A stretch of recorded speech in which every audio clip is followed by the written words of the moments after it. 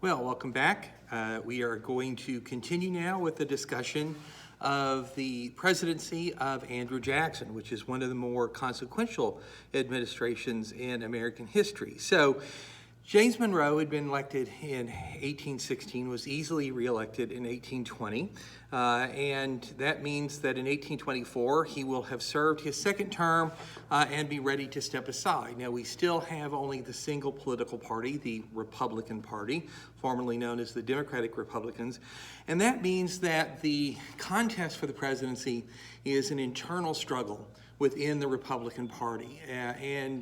One of the realities was that you had several members of that party who wanted to be president of the United States, and so they were going to vie with one another. So it's a contest within the Republican Party itself, somewhat unusual, but it's also unusual in the fact that by the time you get to 1824, the old Revolutionary War generation has pretty much died out. It's left politics. People who had been born during or just after the revolutionary struggle have risen to the top of the political heap, and the effects of the Revolutionary War and the War of 1812 have fully blossomed in the country, and one of the strongest of these effects is egalitarianism, with this idea that the common man was really the backbone of the country, that the common man owed no deference to his social or economic betters. No one was to be deferred to simply because they had money or because they came from an old and distinguished family or something like that. And this means that the old-fashioned ways of selecting presidential candidates are beginning to fall out of disfavor and fall out of disfavor very quickly. So up to this point, how were presidential candidates selected? And there were really only two ways that happened, and one of them was for the outgoing president to kind of give the nod to somebody, to sort of say, this is who I think should follow me. Another way, in the more formal manner, was a congressional caucus, and caucus is just nice political language for gathering, a get-together. So the bigwigs from the party would get together in the proverbial smoke-filled room, and they would decide who they thought their candidate should be. But these were very elitist kind of ways of selecting presidential candidates, and they no longer really fit ideally with the times. And so there were proposals to come up with different methods, and the method that gained some acceptance, at least right at this moment in time, was for state legislatures to nominate candidates. So as we approach the election of 1824, we actually have three methods of putting a candidate on the ballot, and that is for the outgoing president to basically give the nod to somebody, for congressional caucus to pick a candidate, and for state legislatures to put candidates forward.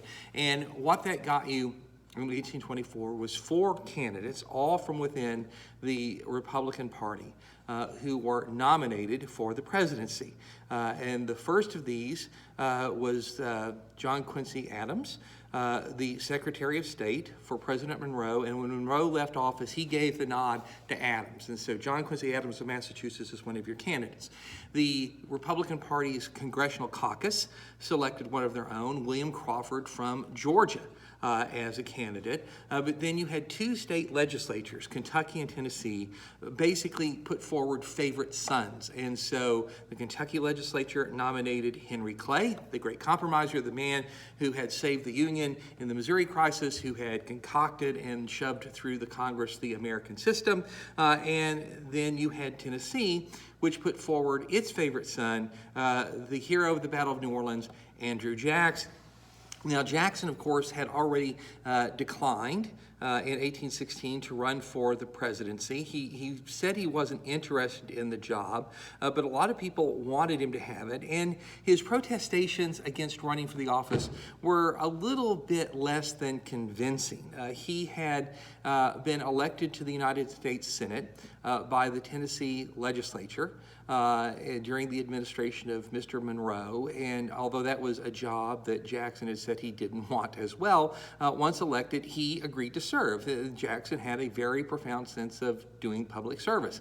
And so if he'll take a senatorship that he said he didn't want, he would probably take a presidency that he says he didn't want. And although his saying he doesn't want it is one thing, the way that he says it is another. And it went something like this: I never expect to be called to fill the presidential chair, but if that should be the case, it will be without exertion on my part.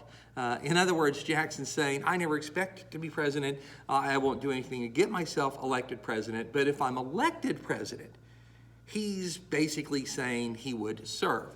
And so the Tennessee legislature felt pretty safe in putting his name forward. So as the election of 1824 nears, you've got 4 candidates, all Republicans: John Quincy Adams, William Crawford, Henry Clay, and Andrew Jackson. Now, there might have been a 5th, John C. Calhoun, the outgoing Secretary of War from South Carolina, also had presidential ambitions, but he looked at the number of candidates there already were, and he said, you know what, this is shaping up to be pretty nasty, and I think I'll just step aside from that fight. And he threw his hat in the ring for the vice presidency. Remember, since 1800 and the 12th Amendment, the vice president is no longer the consolation prize for the guy who came in second in the Electoral College. And so you have to say that's the office that you want. And Calhoun puts his name in nomination for that. And since he's really the only one running, then we know who the vice president is going to be. The question, who's the president going to be? And at first, it looked like it was going to be Crawford. He's a Southerner from Georgia, slaveholder, fairly popular. He's got all of the momentum until a few months before the balloting, when he suffered a debilitating stroke. Now, he'll recover. It doesn't kill him, but it obviously rendered him incapable of being the president of the United States. So truly, we go from a viable 4-person race to a viable 3-person race. But this happens fairly late in the campaign. It took a while for the word to get around, and not all of Crawford's support went to the same alternative candidate. So it sort of, scattered. Jackson was the one who seemed to benefit the most from it. Remember, Americans love to elect their war heroes. But Jackson didn't collect enough of Crawford's support to ensure that he had a victory. And so when they counted the ballots in 1824, this is how it worked out in terms of the popular vote. Jackson came in first. He got just over 151,000 votes. John Quincy Adams came in second. He got just over 113,000 votes. Henry Clay came in third with just north of 47,500 votes, and Crawford came in last with just under 41,000 votes. So in terms of the popular vote, it's Jackson, Adams, Clay, Crawford. But remember, the popular vote doesn't really matter when we elect the president. We don't have one great big national election for the presidency. We have numerous state elections for the presidency, and every state decides who it wants its choice to be, and whoever gets all the votes in that state basically gets all of its electoral votes, which, remember, are equal to however many congressmen it has, plus its 2 senators, and then whoever gets 50% plus 1 of the electoral college becomes the president. And so when you look at the electoral vote, which is the thing that really matters, this is the way that it shook out. Jackson is still in first place with 99 electoral votes. John Quincy Adams is still in second place with 84, but Crawford carried states that had higher electoral vote totals, so he's got 41 electoral votes, while Clay only got 37. So in terms of popular vote and electoral vote, Clay and Crawford flip-flop. So in the electoral vote, which is the one that matters, it's Jackson, Adams, Crawford, Clay. And why does that matter? It matters because 50% plus 1 in 1824 meant that you had to get 131 electoral votes, and nobody even came close. And the Founding Fathers had foreseen this. Remember, there weren't political parties when the Constitution was written, so they had imagined large pools of candidates, nobody, necessarily being dominant. That's why they had set it up to where whoever got the most votes became president, whoever got the most vote, vice president. But when you change to the system of 50% plus 1 in 1800, then everything suddenly gets a lot more complicated. And understanding that in an election where you had a large pool of candidates that nobody might not get there, the Constitution had been drafted in such a way that the election is tossed into the House of Representatives, and whoever can get the most votes from the most states, and every state gets a vote, is going to become a president. Jackson simply believed that he was going to win. He had gotten the most popular votes, he'd gotten the most electoral votes, he was the great war hero, and although he had articulated no policies of any kind while running, his campaign was really one of just personality and reputation, it pretty much looked like he was going to win. It turned out to be very, very far from the truth, much more complicated than Jackson supposed, because the person who's the real kingmaker in the House of Representatives is Henry Clay, the Speaker of the House. And Henry Clay believed that the best person to be president in 1824 was, well, Henry Clay. But since he doesn't get to contest the election, because assuming that the reason the balloting goes into the House is because there are too many candidates, the Constitution says that only the top 3 vote getters in the Electoral College can run for the election in the House. And Clay had come in 4th in terms of the electoral vote, so he's out. So the election in the House is going to be Jackson, Adams, and Crawford, but since Crawford has a stroke, and the congressmen know that, he's not really a viable candidate. And that means that it's really a contest between Andrew Jackson and John Quincy Adams, between Tennessee and Massachusetts, between non-slaveholder and slaveholder. And being a Southerner and a slaveholder himself, he's from Kentucky, Henry Clay leaned toward Jackson. And so he wants to make sure, though, that whoever becomes president would pursue the kind of policies that Clay himself would pursue if he had become the chief executive. In other words, he wants somebody who's going to support the American system. He wants somebody who's going to build more federally financed internal improvements. He wants somebody who's going to maintain the protective tariff. He wants somebody who's going to maintain the national bank. And so, leaning toward Jackson, who got the most popular and electoral votes, Clay goes to see the former general, and he says, well, what do you think about these things? And Jackson won't give him a straight answer. He says things like, I believe in tariffs so long as they're judicious. Well, that doesn't really say anything. It sounds good, but it doesn't tell you what you think judicious, i.e. fair, is. Is a protective tariff fair or not? Well, Jackson won't answer. And for Clay, that's not satisfactory. So he goes to John Quincy Adams and asks John Quincy Adams, well, what do you think about the American system? What do you think about the national bank? And Jackson, or rather, Adams is, very pro-bank. I'm very pro-bank. And Adams is very pro-protective tariff. And Adams believes in more federally financed internal improvements. In other words, John Quincy Adams as president would support the American system, whereas Andrew Jackson doesn't say he'll oppose it, but certainly doesn't say he'll support it. And for Henry Clay, that made it very easy. He threw his support behind John Quincy Adams, and as a consequence, John Quincy Adams won the election in the House. And that was a shock to a lot of people, and it was especially a shock to Andrew Jackson and his supporters, who believed that this was a done deal. He was a shoo-in. He had already basically won. And when John Quincy Adams instead prevails, there is surprise, and there are a lot of questions. Well, how did this happen? Why did this happen?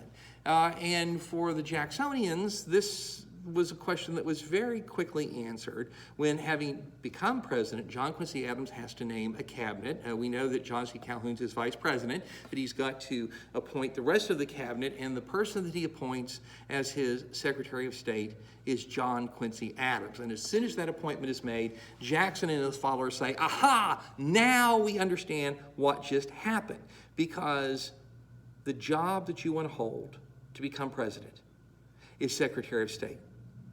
Most of the presidents have been secretaries of state. So after Washington and Adams, in fact, every president was Secretary of State. So Jefferson was a Secretary of State for Washington, and Madison was a Secretary of State for Jefferson, and Monroe was a Secretary of State for Madison, and now you have another Secretary of State, John Quincy Adams, who became president, and he is appointing John Quincy Adams to basically be the obvious next president. And for Jackson and his followers, they're like, oh, now we get it. What just happened is John Quincy Adams sold the presidency or bought the presidency from Henry Clay. Henry Clay sold it. He said, hey, look, John, I'll help you become president this time if you make me Secretary of State and therefore the obvious next president. And so a corrupt bargain had been hatched, and that bargain had denied the people's choice the presidency. And although Jackson had been at least publicly indifferent to becoming president up to this point, he was now not indifferent. In fact, he was determined to avenge his loss in the election of 1828. And so this election in 1824 winds up splitting the Republican Party into two camps, and these two camps gave themselves new names. So Jackson and his followers became the Republican Democrats. So it had been Democratic Republicans, it becomes Republicans, and now Republican Democrats. And this is, in fact, the birth of what will very quickly become the Democratic Party that we still have today.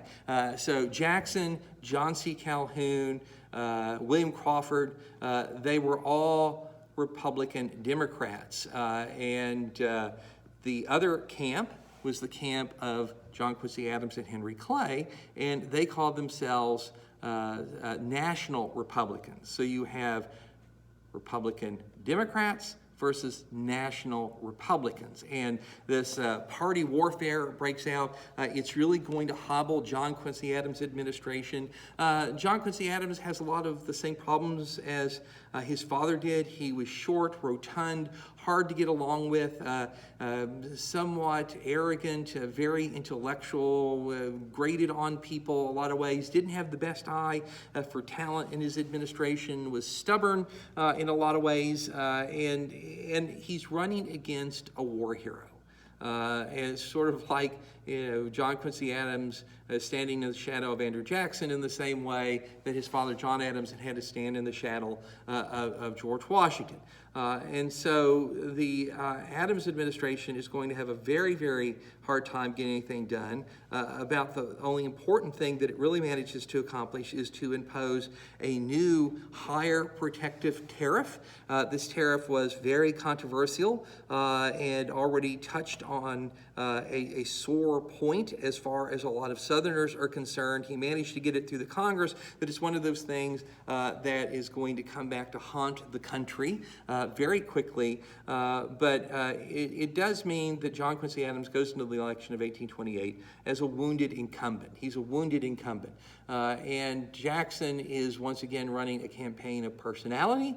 He's not advocating any particular policies or stances, and that makes it very hard for John Quincy Adams to combat Jackson's candidacy. If you can't debate policy, how do you try and convince voters not to elect John Quincy Adams? It's very, very hard, and nothing that the National Republicans tried really worked.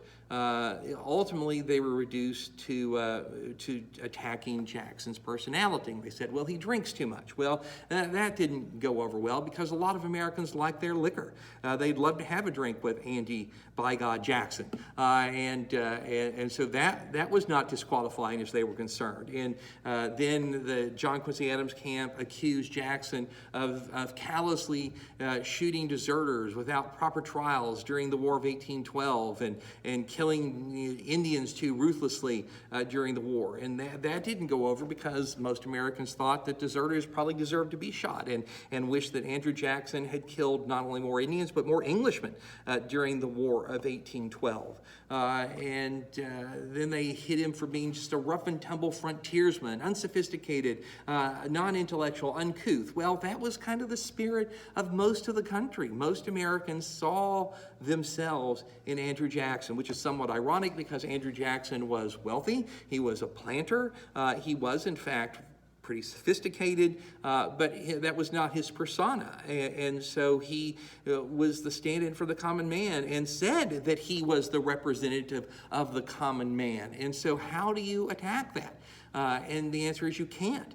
And so if you can't get at Jackson, then you get at him obliquely. And getting at him obliquely meant attacking his wife, Rachel, who he loved very, very dearly. The Andrew Rachel Jackson story is one of the great love stories in American history. They had met relatively late in life. Rachel had previously been married, but that marriage had fallen apart. She had gotten a divorce and had been divorced for a very long time. Before she and Jackson met, they fell deeply in love. They married. They adopted an orphaned Indian boy as their son and suffered through his premature death before he ever became a teenager. They were incredibly devoted to each other and had been married for some time when, to their horror, they discovered that Rachel Jackson's first husband had never actually filed the divorce papers. The two had been married in Virginia, then moved to Tennessee.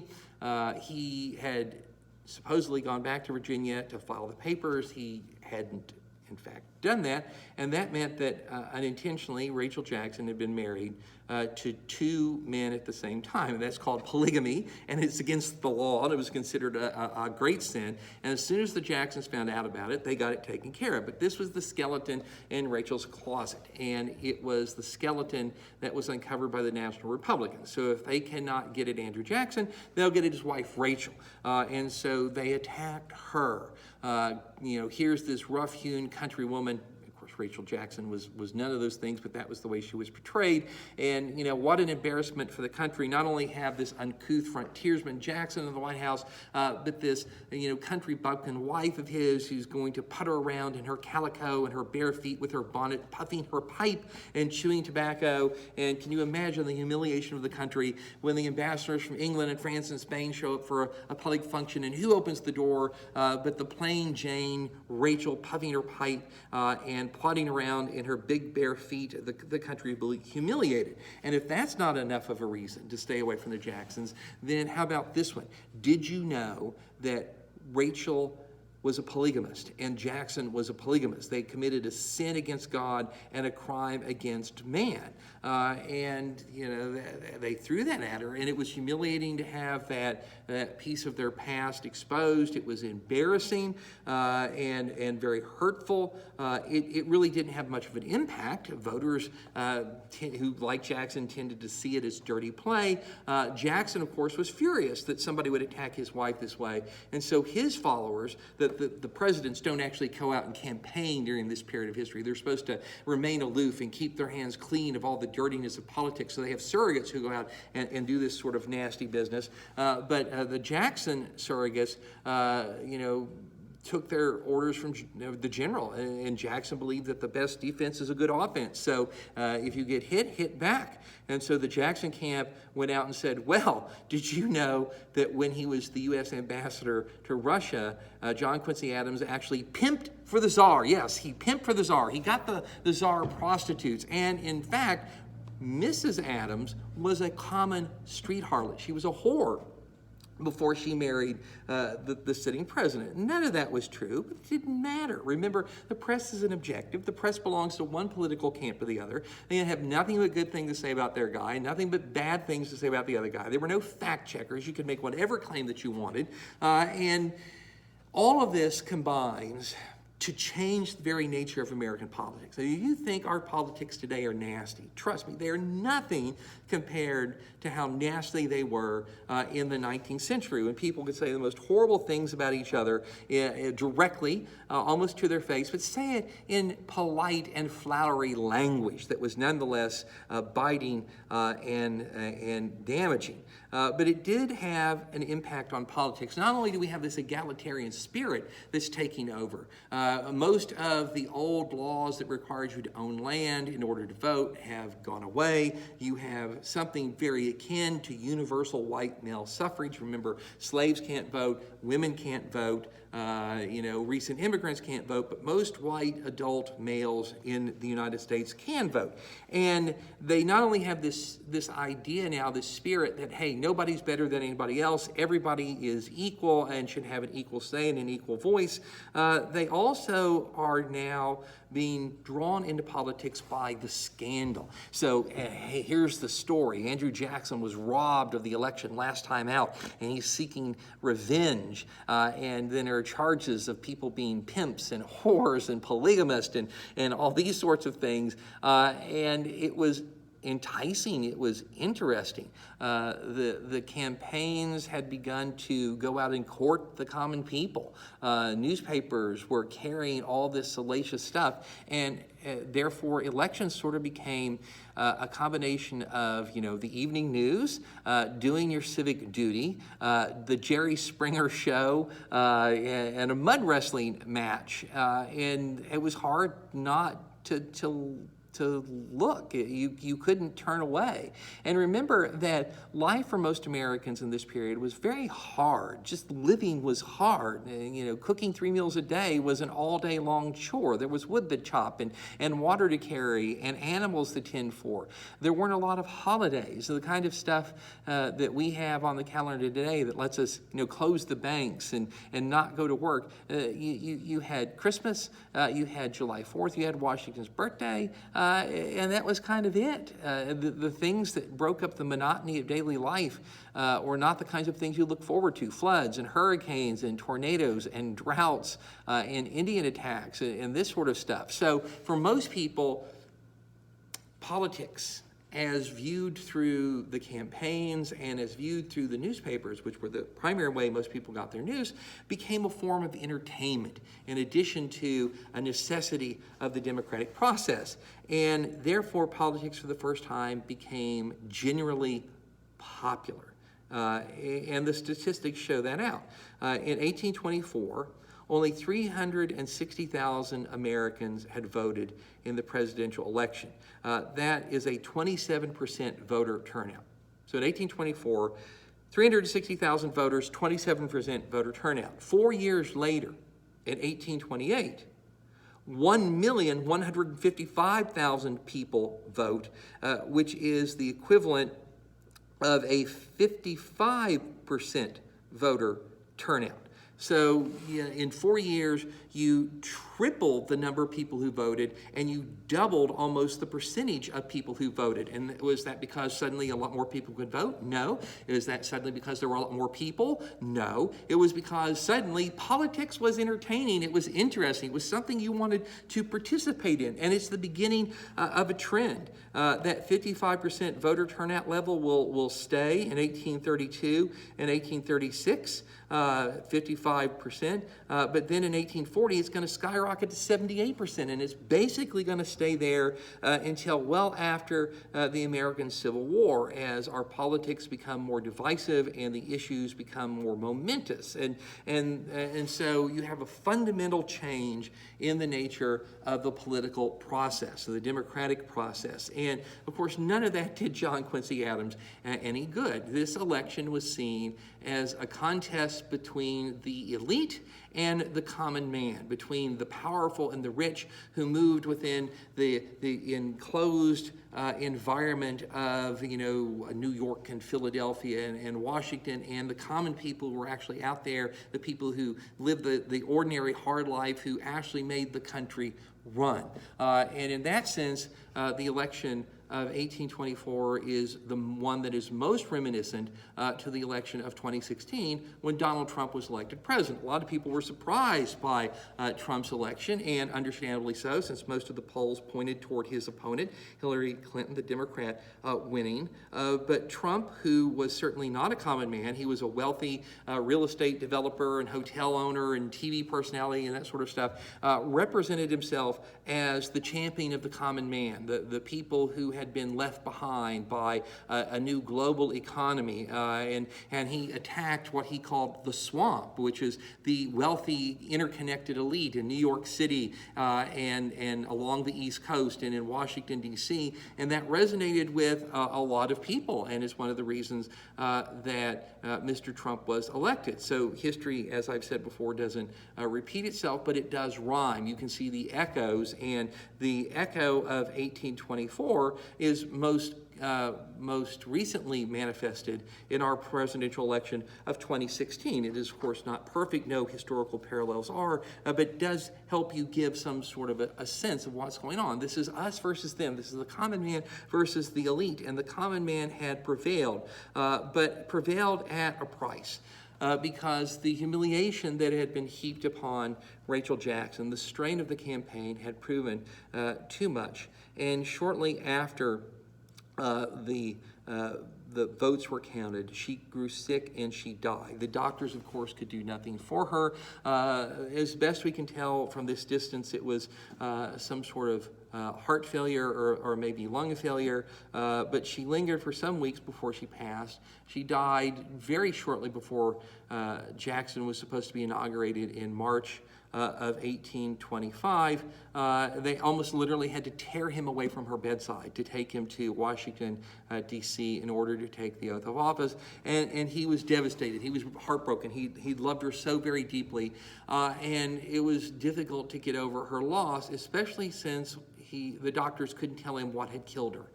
But on the other hand, Jackson didn't feel that he needed to be told why his wife had died. He understood what had killed her, at least as far as he was concerned. She had died as a result of humiliation, of broken heart, of having her good name, her reputation dragged through the mud by the National Republicans. And in that sense, Jackson believes that Rachel has been murdered, just as though someone had put a gun to her head and squeezed the trigger. And she'd been murdered by the likes of John Quincy Adams and Henry Clay. And Jackson was a man who knew how to keep a grudge, and he would never forgive them, and he would seek out his revenge.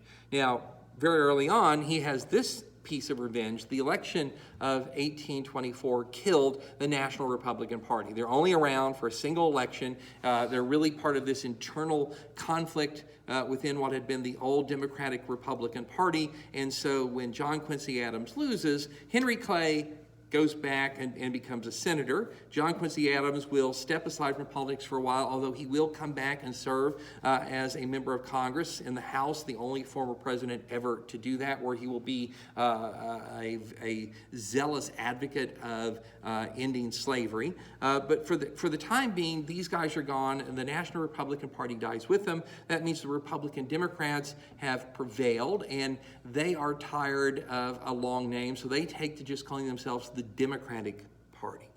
And here is the final birth of the Democratic Party that we have today. It is born in that nasty election of 1824, and its first president is Andrew Jackson. So Jackson comes into office. He's a president unlike any other. He was not born to an elite family. He was born to a farm family in South Carolina during the American Revolution. He comes from the West, and he is the representative of the common man. The common man is delighted that Jackson is now going to take the oath of office, and that means that Jackson's inauguration, like his election, is going to be unlike anything that the country had ever seen before. And so Washington, D.C., which is still not a very big place in 1825, is thronged with people, the backwoodsmen, farmers, shopkeepers, frontiersmen.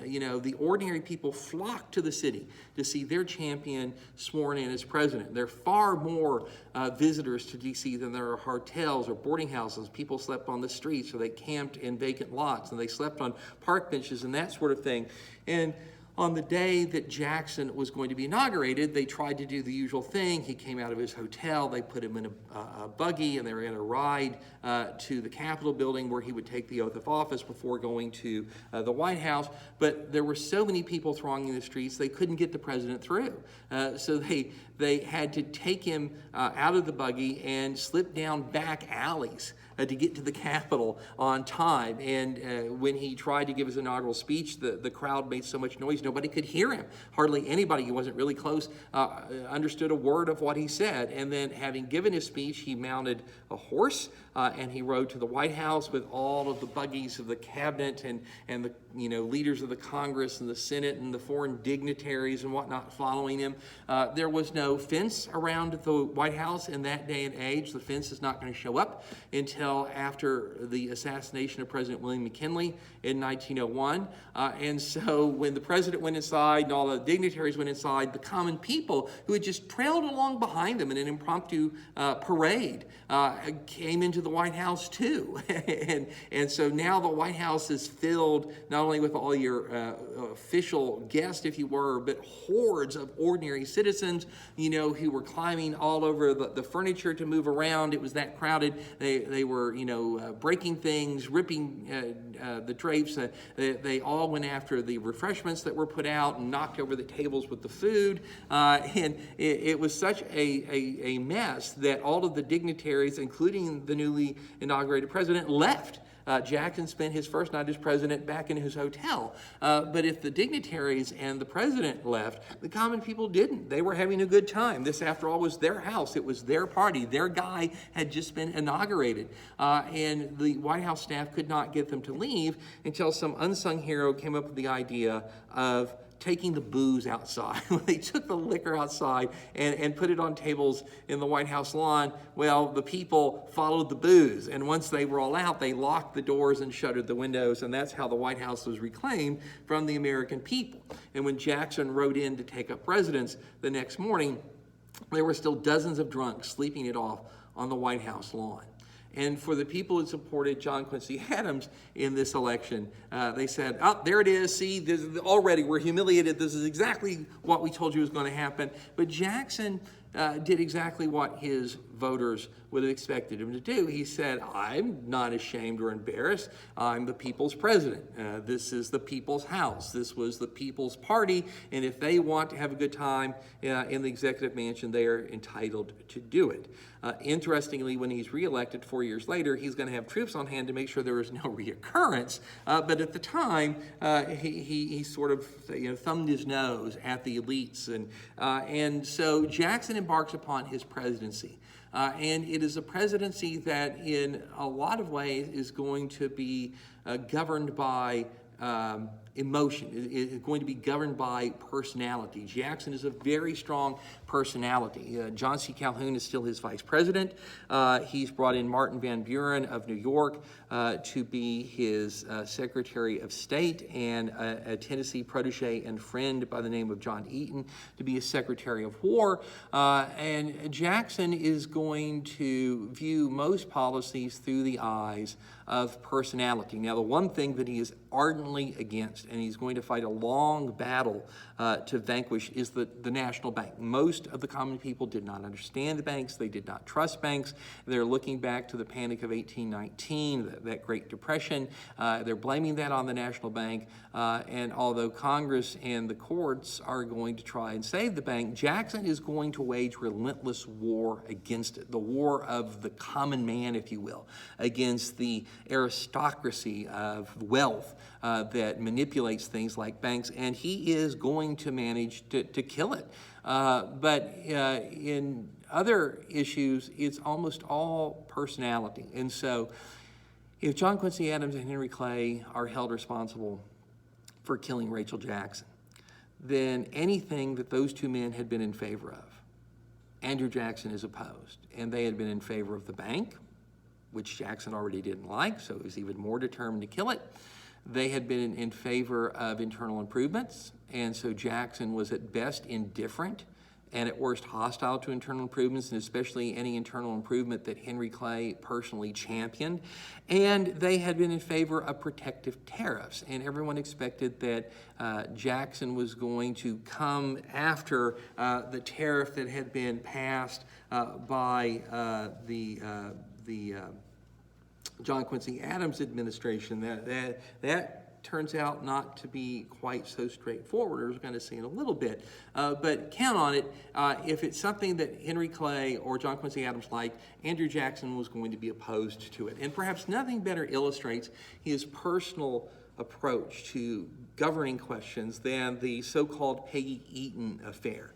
And so the Peggy Eaton affair revolves around the wife of Jackson's new Secretary of War, John Eaton. And he and his wife, Peggy, had quite the backstory. So it begins with Peggy, who has a young woman in Washington, D.C., had been the belle of the ball. She was vivacious, she was intelligent, she was flirtatious, and by all accounts, extraordinarily beautiful, the kind of woman that men instantly fell in love with when they met her. We sort of remember Peggy Shippen, who became the foil of Benedict Arnold during the American Revolution. This sort of sounds like a similar kind of person.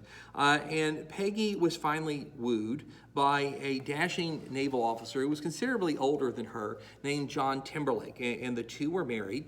They moved to Tennessee, but Timberlake was away on duty for very long periods of time. Remember that the only communication is letters, and they move very slowly, and so Peggy was out of touch with her new husband, but she was still young, beautiful, vivacious, and flirtatious. She was not the kind of woman who was going to sit around and wait for her husband to come home. And so she maintained an active social life, and that was something of a scandal, and it became even more scandalous when she met John Eaton in Tennessee. The two fell in love. They had a very ill-concealed affair. Word of that affair eventually got to John Timberlake, who was so distraught by it, he committed suicide, and that was quite the scandal. But it did mean that Peggy was now a widow and available for marriage, and John Eaton desperately loved her and wanted to marry her, but he didn't want to ruin his political career. And so he went to his best friend and asked him what he should do. And at the time, his best friend was the senator from Tennessee, Andrew Jackson. And Jackson told John Eaton, if you love her, marry her, tell the rest of the world to be damned. Don't worry about your political career. I'll take care of you. And so John had proposed, Peggy had accepted, they were married, and now Peggy Timberlake becomes Peggy Eaton.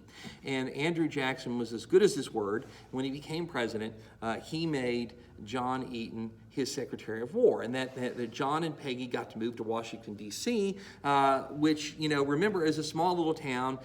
During the summer months, all the foreign ambassadors leave because it's a hot and humid place there on the banks of the Potomac River. So the social circle is very small. And it consists of the president and his family, and of course there isn't a presidential family, Rachel is gone, the vice president and his family, and then the cabinet and their wives. And Peggy was very much looking forward to being back in the Capitol and being that part of that circle, and therefore she was devastated when she was not welcomed into it. There were several problems. She was considerably younger and much more beautiful than the wives of the other cabinet ministers. I suppose that was in some ways considered to be a mark against her. At least she believed it was. But the bigger problem is the dignified ladies who were the wives of the cabinet ministers and of Vice President Calhoun wanted nothing to do with the little harlot who had been involved in an affair and a suicide, and they would not invite her to any of the functions. They would not call on her. They would not receive her when she went to call on them. She was ostracized, and for her that was devastating. And she did what any wife would do in those circumstances, and she complained to her husband. And her husband, John Eaton, did what any husband would do in those circumstances. He wants to fix the problem, but he doesn't know how. So he goes to talk to his best friend, who's still Andrew Jackson, the only difference being that now Jackson is the president of the United States. And all of the men whose wives are being mean to Peggy work for him. And Andrew Jackson saw in the way that Peggy Eaton was being treated a parallel to what had happened to his wife, Rachel. And he had not been able to save Rachel, but he was going to save Peggy. So he called a cabinet meeting, not to discuss any great issue of state, but to tell his cabinet officers to march home and tell their wives to accept Peggy Eaton into their social circle. And of course, that did not go well. The wives absolutely refused, led by the wife of Vice President John C. Calhoun. It became a big kerfuffle, and eventually it led to every member of the cabinet having to resign, except, of course, the Vice President, who's elected. He's not an appointed member of the cabinet. This certainly sours the relationship between Calhoun and Jackson, which has other reasons to have gotten off to a rocky start.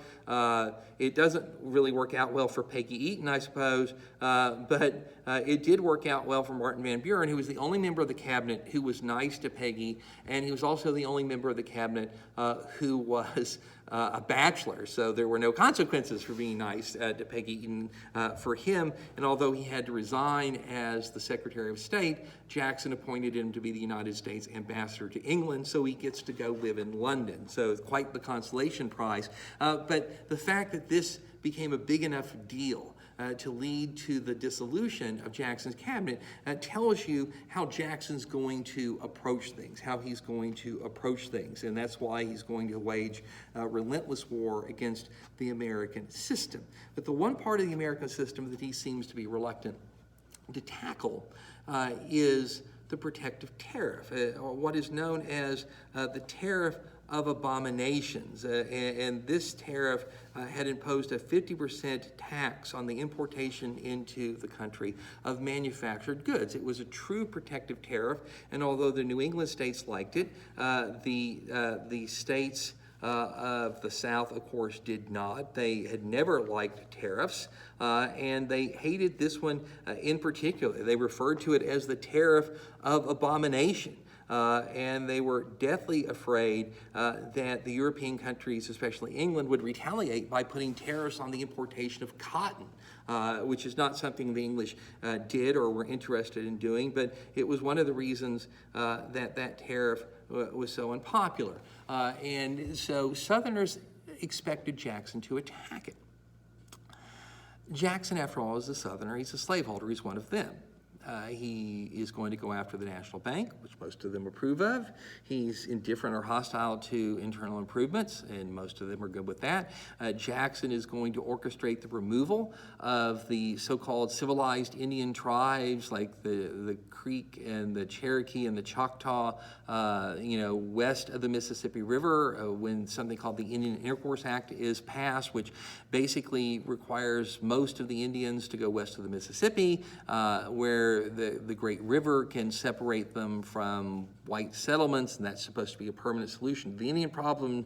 The Supreme Court actually says that that's illegal, and Jackson says, I don't care, I'm going to do it anyway, and he does, and most of the country approves him for doing it. And so Jackson was their kind of guy, and yet he wasn't attacking the tariff, which was very strange, and Southerners couldn't figure it out. And the reason that he's not going after the tariff is because it's the thing that the Vice President, John C. Calhoun, most wants him to do. It's the thing that Calhoun wants him to do. And Jackson and Calhoun are not getting along with each other. They're both very strong personalities, and they're both elected officials, and so that's a strain. Jackson has found out that after the War of 1812, when he went after the Seminoles in Florida, and Spain had demanded that he be cashiered and thrown out of the army as punishment for violating Spanish territory, that Calhoun had been willing to do that, and it had ironically been John Quincy Adams who had saved Jackson's military career. So there's another mark against him, and therefore when Jackson looks at the tariff, he sees the face of Calhoun, and he doesn't like Calhoun, and therefore if this is something Calhoun really, really wants done, then Jackson's in no particular hurry to get it done at all. But this business of the tariff of abominations, as Southerners call it, is going to very quickly become the most controversial issue in the country. And it's going to become controversial in part because of things that are happening far beyond the realm of economic and foreign policy. And here, in particular, we're talking about something called the Second Great Awakening. The Second Great Awakening. The original Great Awakening had occurred in the American colonies in the 1850s when the common people had, in essence, overthrown the way that churches did their business. The churches of colonial America had been very focused on theology, and they spent endless hours arguing the fine points of the Bible and theology, and questions like how many angels can dance on the head of a pin. In the 1750s, Americans had turned against that and shoved the churches to being more pragmatic, more of the ordinary world than the theological world. And this rebellion against the authority of the church is believed by a lot of historians to have aided the willingness of Americans to rebel against the authority of the British Crown. The Second Great Awakening is very different, and it grows out of the fact that you have a whole bunch of new religious sects in America. You've got Baptists and Presbyterians and Methodists and these sorts of things, and they practice an evangelical faith. That is, go out, spread the gospel, convert people, get them to accept Christ as their Savior, to willingly come to the church, to be baptized, to be reborn in the church. And they are interested in dealing with the sins and problems of the everyday common world. And no place where those problems and sins more prevalent than on the frontier, which is a rough and tumble place, no real law and order. There weren't very many churches out there, so people had no access to religion, even to get married or to have a baptism or something like that. It was a place where guns made law, or gambling and drinking and whoring were common, and these religious sects were anxious to go to the frontier and save souls. And so they endeavored to do that by holding camp revival meetings. So preachers would go to the frontier, they would set up camp at an important crossroads, they would spread the word around that they were going to be there for an extended period of time, and there would be preaching almost around the clock, day and night, and people could come in and they can actually get married by a preacher, they can have a baptism done by a clergyman. It was also a place where souls could be saved with hellfire and damnation kind of sermons that warned people against being cast permanently into the fiery pit of hell if they didn't mend their ways, and promised them eternal salvation if they did. And these became quite the social phenomenons. People came to meet their neighbors, to maybe transact a little business, to get some faith. It built a sense of community, and it did increase a sense of piety along the frontier. If it didn't stamp out gunplay and lawlessness and drinking and prostitution, it drastically reduced their prevalence, and it did save souls and extend religious faith to the frontier. And having succeeded on the southern frontier, the Second Great Awakening then spread north to the frontier above the Ohio, where it had equal success. And then it did something that the people who had begun the movement never expected to happen, and it spread back east. It went away from the frontier back east, and particularly found lodgment in New England. And New England was undergoing enormous change courtesy of the Industrial Revolution. You had factories cropping up, and more people were working for somebody else and making a wage, and there were women who were going to work and children that were going to work, and they were living in dormitories, and the cities were growing and becoming more crowded, and you had more and more immigrants coming in. And as happens anytime when you have big cities and a lot of people crowded together, then you're going to have problems. You're going to have not only things like pollution, but you're going to have crime. You're going to have vice. There were more liquor stores than grocery stores. There were, and there prostitution was common, and all sorts of other vices. And it seemed to a lot of people in New England like the world was being turned upside down. That what had been comfortable and predictable, slow-paced, and so that you could see changes coming, was no longer comfortable. It was no longer predictable. The changes were happening at a dizzying speed, and everything that people had been familiar with seemed to be eroding, or the rug was being pulled out from under people, and that made a lot of folks scared. It made them nervous. People do not like unpredictability. People do not like being frightened. They like having order, and they like knowing what's going to happen. And so these people turn to religion as a way to find solace, as the way to hold on to some sense of normality and order, and as a way to attack these problems. Because if you wanted to get rid of crime, you wanted to get rid of vice, you wanted to get rid of alcoholism, you wanted to get rid of prostitution, you wanted to get rid of corruption, then what better way to do that than saving souls, turning people to the faith, turning people to Christ. And you get people to follow the Ten Commandments, obey the golden rule, and you're going to get rid of most of those problems. And you think about it, if most people did those things, would we need courts and lawyers and jails and judges and prisons and that sort of thing? The answer is you would need far fewer of them at the very least. And so the idea of these revival movements in the New England states was to save souls, and by saving individual souls, gradually change society, and therefore save society as a whole. And to some extent, that happened. You didn't get rid of these problems back in New England any more than you had gotten rid of them along the frontier, but you did greatly reduce their magnitude. You did bring some change. But the other thing that the Second Great Awakening did that was of vast importance was to spark a reform movement. And this is something that rolls all around in American history about every 50, 60 years, the birth of a reform movement. Americans organizing themselves into all kinds of clubs and societies to go out and attack particular problems. And so you go from, hey, let's save individual souls, to people saying, well, let's not just save individual souls. Let's get everybody together and concentrate our efforts and go after the evils that we're trying to destroy. And so nobody had expected that. It was spontaneous. It was not organized. But Americans have a tradition of banding together to accomplish things or to attack problems, and so that tradition is being followed here. And so you had the American Temperance League that's going to try and get rid of the booze. You get rid of the booze, you get rid of the alcoholism. You get rid of the alcoholism, you get rid of a lot of other problems.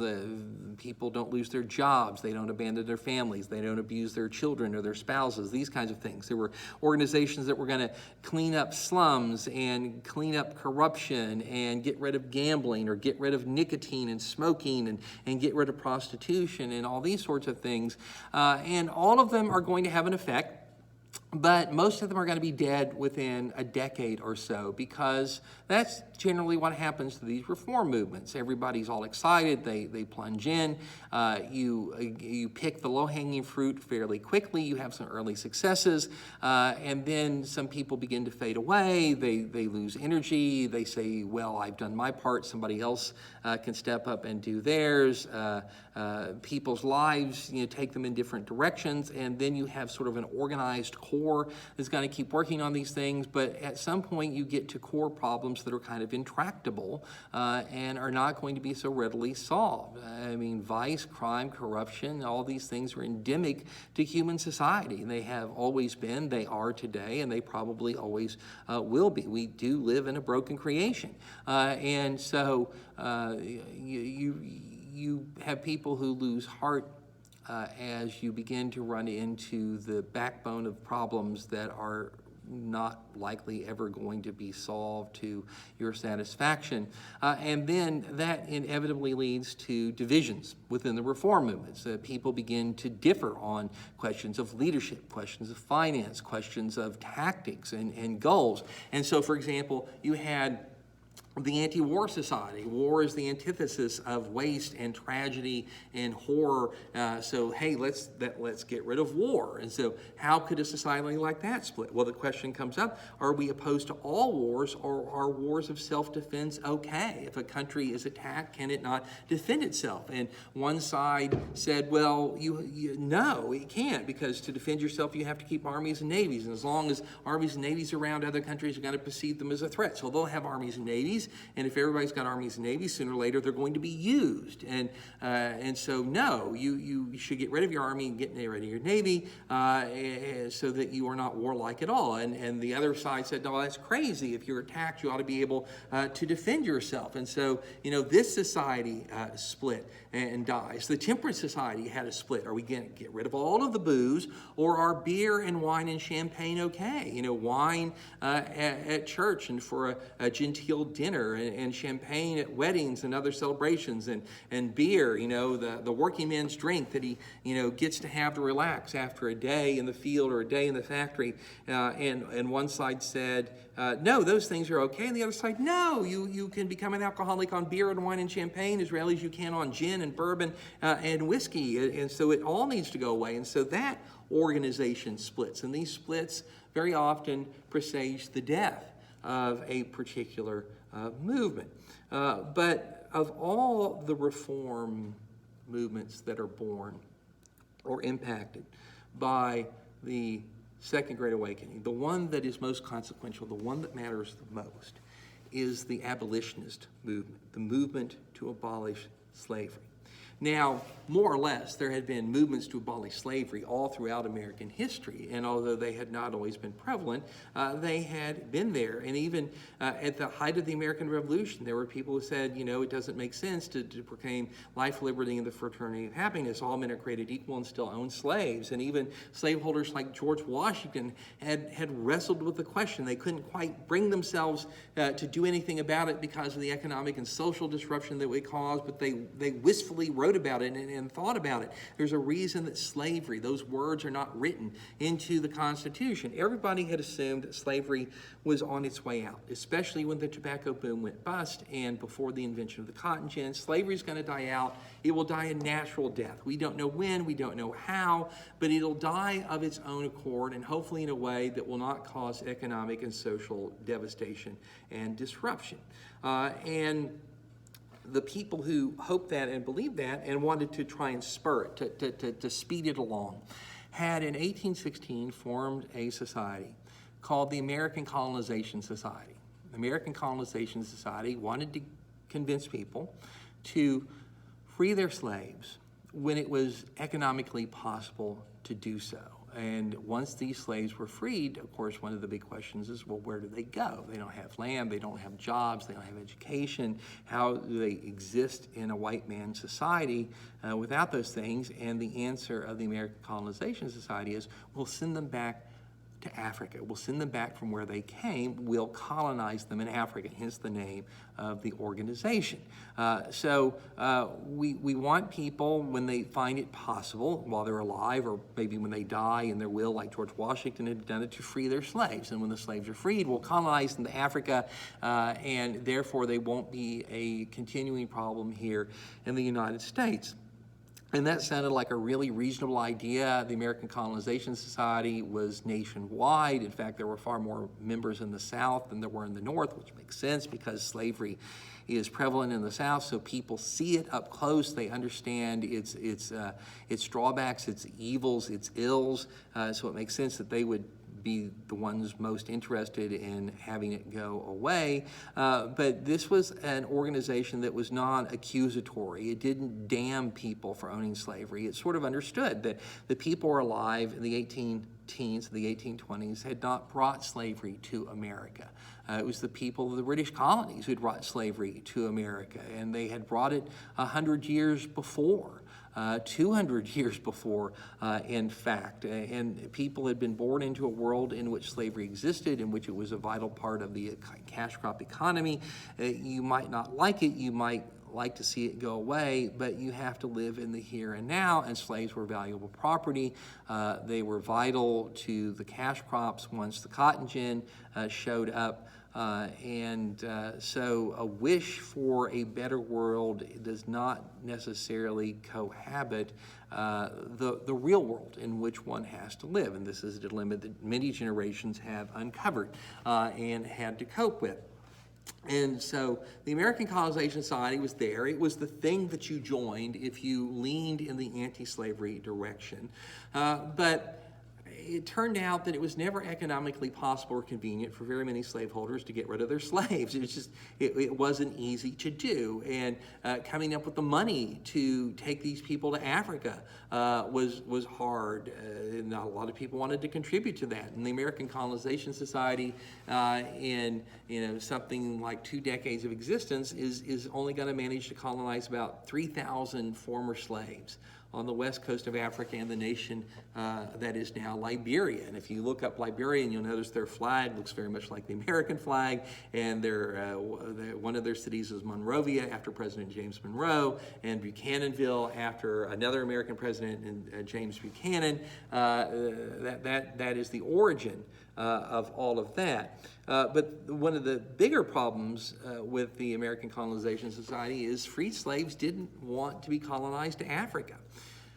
Their descendants might have been African, but we're talking many, many, many generations ago. They've never been to Africa. They don't know anything more about Africa than most of us know about our ancestral origins, wherever they may have been. They were Americans, born in America, speaking English, conversant with an American reality, an American economy. They didn't want to go. And so for all of these reasons, the American Colonization Society had never been very successful. But when the Second Great Awakening rolls around, it does lead its members to look at what they've been doing and to find much to critique. They've come to the realization that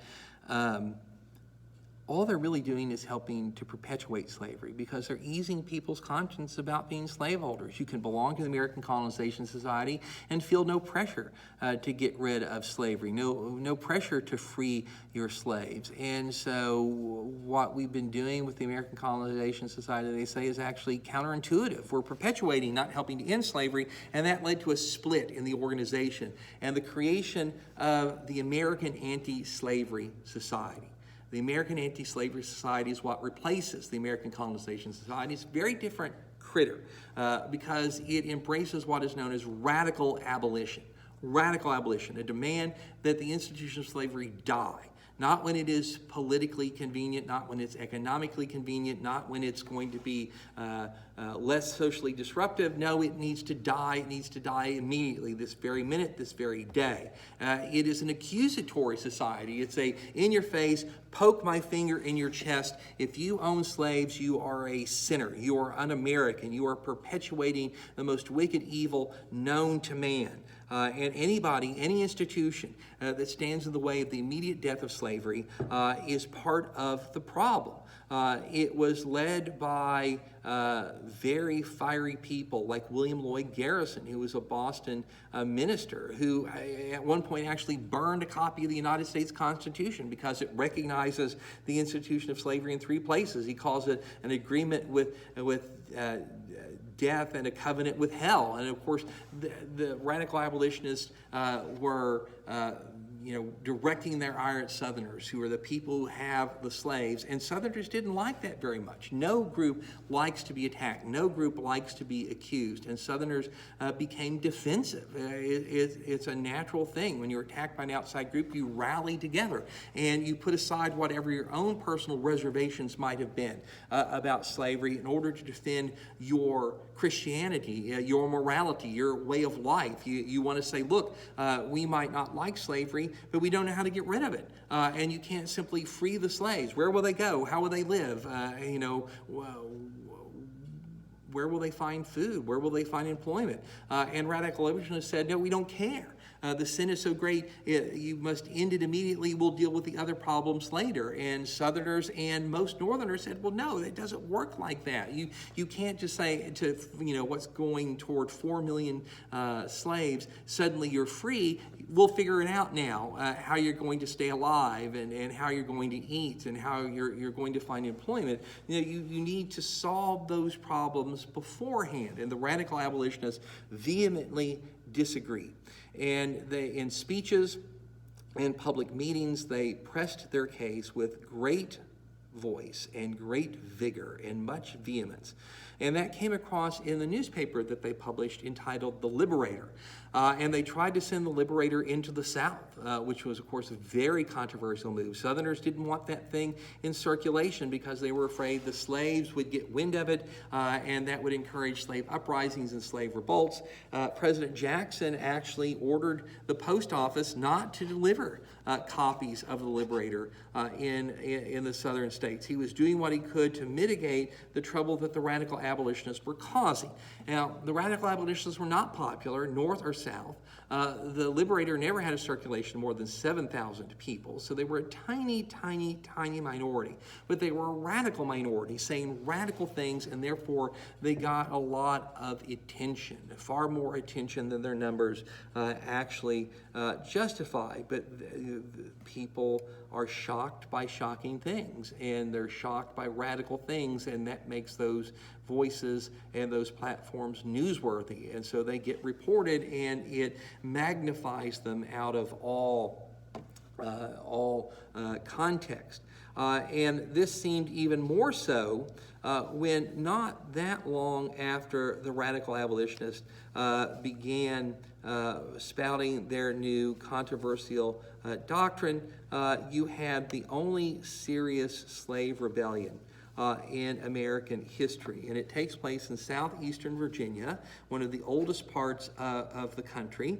It is probably the last place in the world where you would expect a slave rebellion, because it was an area where slavery was fairly benign as slavery goes. If you had a slave rebellion in the sugarcane fields of Louisiana or the cotton fields in the Mississippi Delta, you might not have been surprised. But to get one in southeastern Virginia where you had, young families and elderly couples who were the slaveholders, that was something of a surprise. And the person who orchestrates this rebellion is a free black who had been taught to read by his master named Nat Turner. So it's known as the Nat Turner Rebellion. And Nat Turner had become a preacher, and he was free to move around the South and preach to slaves who, of course, looked up to him because he was free, he could read, he could write, he was a man of the word. And one day, Turner had a vision in the late summer of 1831 of a white angel and a black angel clashing in the heavens. And in his vision, the black angel killed the white angel, and Turner saw that as a sign that he was supposed to lead the slaves to their freedom. And so as he moved around the plantations, he enlisted slaves into a plot of insurrection. And on the night of August 21st, 1831, Turner and his Confederates launched their insurrection. There were probably something about 50 or so of them.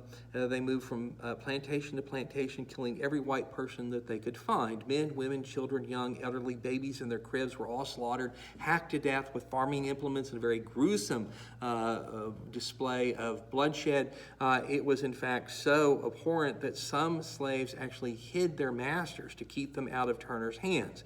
This, of course, was a sensation. This is the sort of thing that white slaveholders, since the very earliest days, had always feared. The Army was called out, and so was the Virginia militia. Turned out that the Virginia militia took care of the problem before the Army could even get there. Turner and his band were tracked down. They were killed or captured, and although Turner managed to elude his pursuers until October, he was eventually apprehended. He was put on trial for inciting servile insurrection. Of course, he was easily convicted, and he was hung. And throughout the South, there was a shudder of horror about what had happened, and a search for explanations, because Southerners had convinced themselves somewhat illogically that their slaves were happy, that their slaves were contented, that they were doing well by their slaves from having civilized and Christianized them, and that some of them would rebel and slaughter their owners was terrifying to think about, and it led to questions about whether slavery was too dangerous to sustain. There was a big debate in Virginia in the legislature about should we get rid of slavery, and at the end of the day, of course, the answer was no. It was too economically important.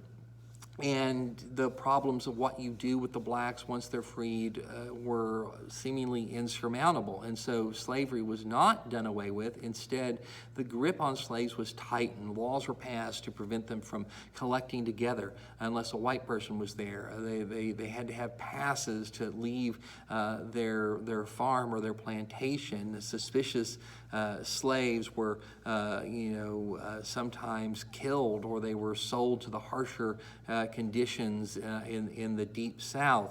And so the slavery became harder, less tolerant as a result of the Turner Rebellion, not the other way around. And of course, for Southerners, one of the overriding questions is, why did this happen now? And why did this happen here?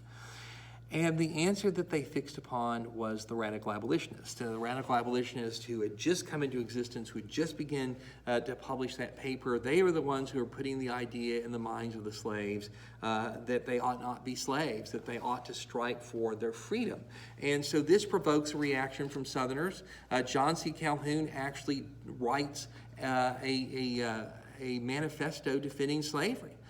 In the days of the American Colonization Society, slavery had been referred to as a necessary evil.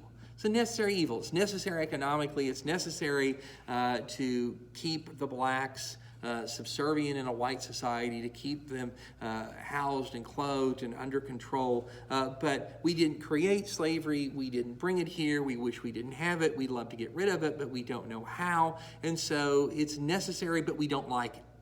After the radical abolitionist attacks and after the Nat Turner Rebellion, Southerners changed their attitude. They become defensive, which is, I suppose, perfectly understandable. And John C. Calhoun, the vice president, gives voice to that defensiveness by writing a positive good theory of slavery. He drafts the positive good theory of slavery. And so we changed from slavery being a necessary evil to being a positive good. And what Turner basically says is, look, slavery is sanctioned by the Bible. Look to the Old Testament. You'll find all kinds of references to slavery. You'll see St. Paul telling servants to obey their master, render unto Caesar that which is Caesar. So slavery is sanctioned in the Bible. You have to overlook parts of the Bible, like Moses leading the Israelites out of slavery under the pharaohs of Egypt. But if you pick and choose, then you can make the case, I suppose, that slavery is justified by the Bible. And Calhoun's positive good theory said, well, slavery is also the natural condition of the Negro. He is born to be a slave. Look at him. He's made to work out in the fields. This is what God intended him to be. And that plays to the racial attitudes of Americans North and South.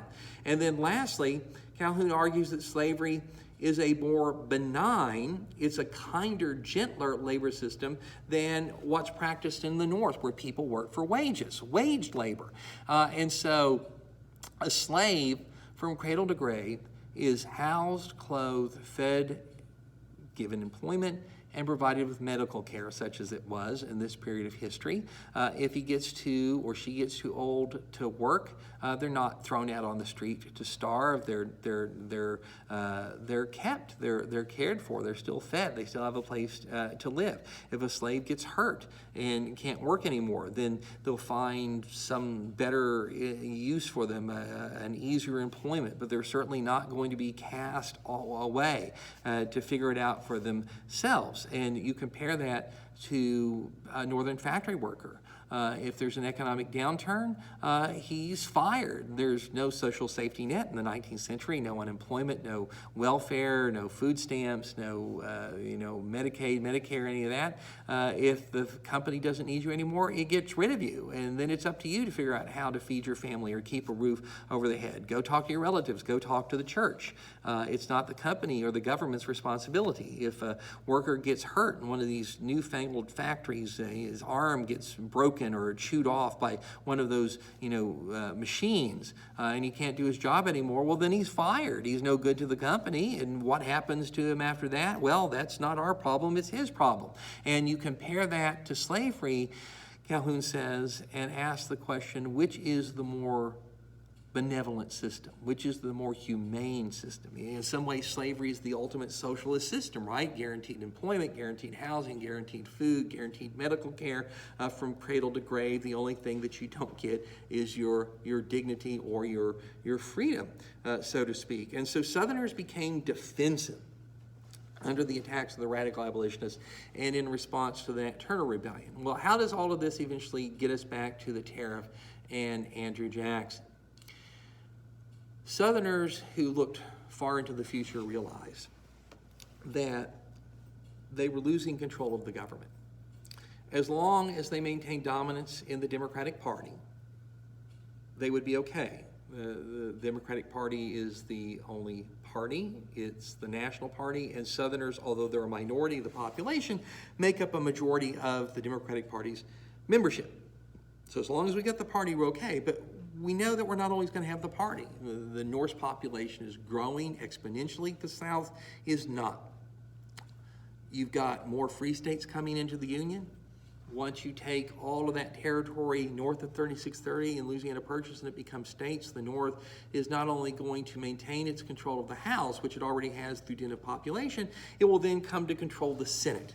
And once the North controls the House and the Senate, it basically controls the Electoral College. It will elect the presidents will appoint the judges, and therefore the North will control the courts, and the North will enact policies and interpret the Constitution in a way that's beneficial to its economy, at its vantage point, than that of the South. So we'll lose political power, and gradually that will be the destruction of our economic power and livelihood as well. But more than that, because these radical abolitionists will eventually worm their way into the minds and the souls of Northerners, even if it's just as an anti-Southern political power, economic power kind of a message.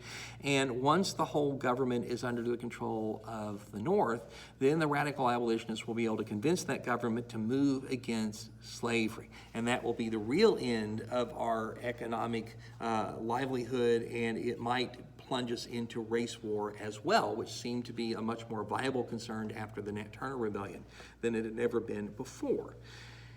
And how do you defend against that if you're the South? How do you protect your way of life, your economy, your political power, if the North's growing population inevitably means that sooner or later they're going to come to dominate the party and the government? Well, you hold on to power in the party and the government as long as you can, but assuming that at some point you're going to lose it, how do you defend yourself? And the answer to that question is nullification. Nullification and secession, these doctrines that have been put into the political vocabulary by Thomas Jefferson. Nullification and secession. So if the North controls the national government at some point, and that government attempts to abolish slavery, theoretically, states could nullify that law. They could say that those abolition laws do not exist in southern states. The difficulty with this is that nullification was merely theory. It had never been tried. You could point to the 10th Amendment that says all power is not denied to the states in the Constitution or reserved to the federal government or maintained by the states or the people. That's fine, but it's also ambiguous. Does that mean that a state can reject federal law? And Southerners believed that it could. A lot of Northerners disagreed with that, but until you did it, you wouldn't know. You have to prove that this is a doctrine that can actually be made to work. And this is where the tariff comes in. So the Southerners hate the tariff. They want the tariff to go away. They've been expecting Jackson to kill it, but he won't. He did go along with Congress lowering the tariff in early 1832 to 25% instead of 50% tax on imported goods, but that wasn't good enough. It was still a protective tariff, and it was especially harmful in some place like South Carolina, which was the oldest of the cotton-growing states, where the soil was becoming exhausted, the yields were going down, the profits were disappearing, and that meant that having to buy taxed goods imported from England on credit was particularly hard. But South Carolina is also the most radical of all the southern states. 60% of its population is slave, and it is here that fears of the radical abolitionists are perhaps stronger than anywhere else. Virginia might be a close second after the Nat Turner Rebellion. And so South Carolinians wanted to prove the doctrine of nullification so that it would be there and ready to use when the inevitable day comes that the North controls the national government and tries to abolish slavery. You, of course, can't abolish an anti-slavery law before it's passed. You don't want to wait until that law shows up to make your defense, so you need to find something that you consider to be so obnoxious that you could nullify it, make nullification stick on this issue that has nothing to do with slavery. You don't want this to be about slavery, because if it's about slavery, and at this point there's no pretext, but even if it's seen as the stand-in for slavery, you get a national debate on the right or wrong of slavery. And if a handful of months of the radical abolitionists publishing The Liberator and spouting their propaganda get you a Nat Turner rebellion, well, how many Nat Turner rebellions does the national debate on the right or wrong of slavery ultimately get you? 10, 20, 50, 100? You don't want to find out. And so you need something to nullify that has nothing to do with slavery. And the tariff was the perfect thing. And so South Carolina decided that it was going to nullify the tariff. And in November of 1832, it held a convention and it voted to nullify both the tariff of 1824 and the tariff of 1828 as unconstitutional. And this was seen as a radical step by the rest of the country. South Carolina was kind of counting on the rest of the South to rally to its side, to sort of, see through the immediate issue that this is about the tariff, and understand that really this was proving the doctrine of nullification so we could ultimately have it as a defense of slavery. But the rest of the South didn't see it that way, and South Carolina couldn't make the case, because then the issue becomes slavery and not the tariff, and this is something, of course, the South Carolinians are terrified of letting happen.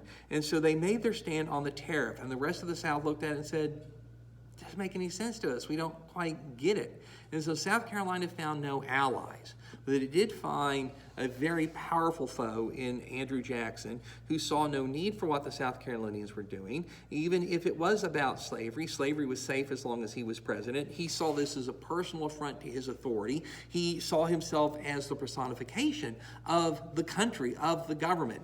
And a state could not simply pick and choose which federal laws it wanted. And so Jackson refused to acknowledge nullification. He got the Congress to pass legislation called the Force Bill that gave him the authority to use military force to collect the tariffs in South Carolina. In other words, to use military force against South Carolina if it continued to defy federal law. And having gotten that authority, and Jackson was very careful not to use it. He sent the Navy to the coast of South Carolina with instructions to stop ships and collect the tariffs, but outside South Carolina's territorial waters. So there was no direct confrontation. He let it be known that the Army was going to mobilize and it was making plans, but that was really rattling the saber. He understood that South Carolina had climbed way out on a limb and was without support. And it was just a question of leaving the South Carolinians enough room to crawl back in and maintain some semblance of their dignity. You can't cut them off so that they have no choice but to fight.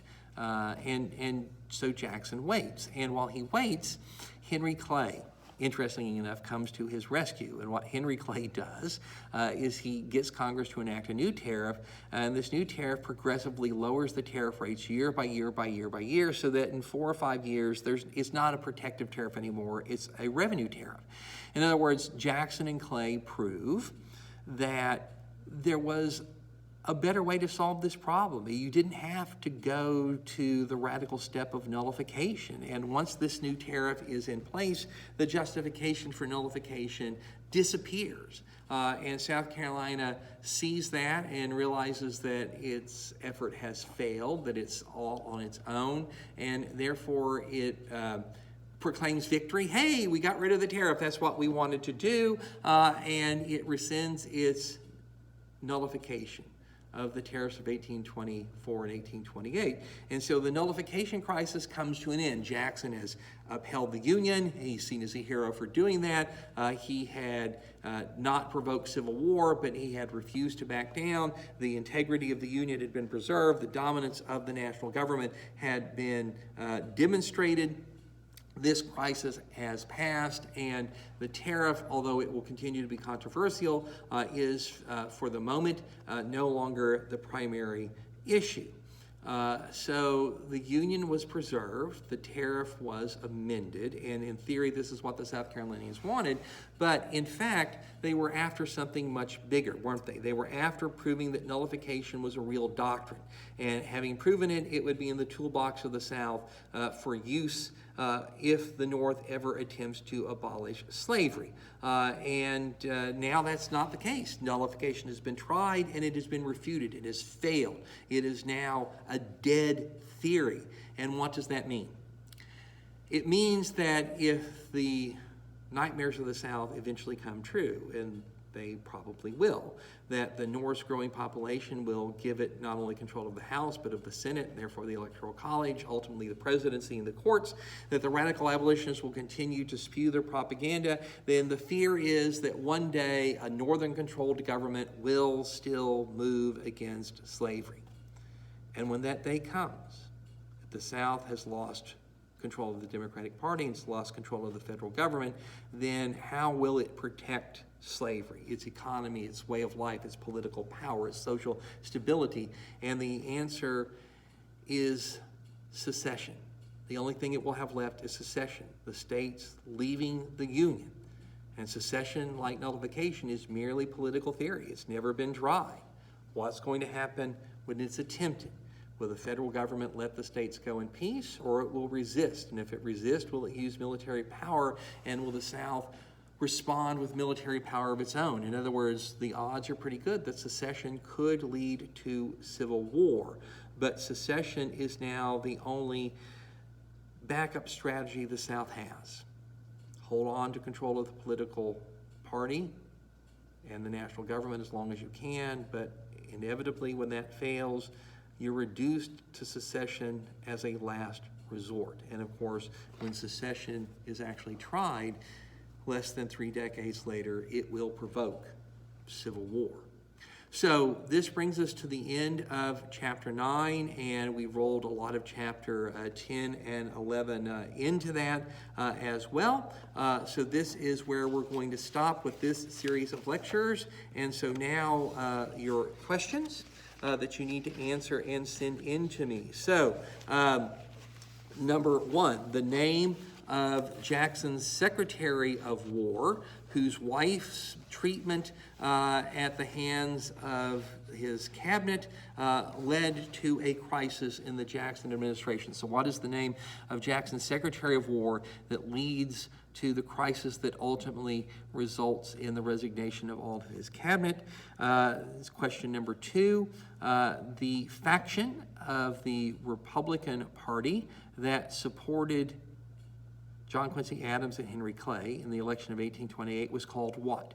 The faction of the Republican Party that supported John Quincy Adams and Henry Clay in the election of 1828 was called what? Question number 3, what are the 3 parts of Henry Clay's American system? What are the 3 parts of Henry Clay's American system? Question number 4, Andrew Jackson was opposed to a bill eliminating the Second National Bank.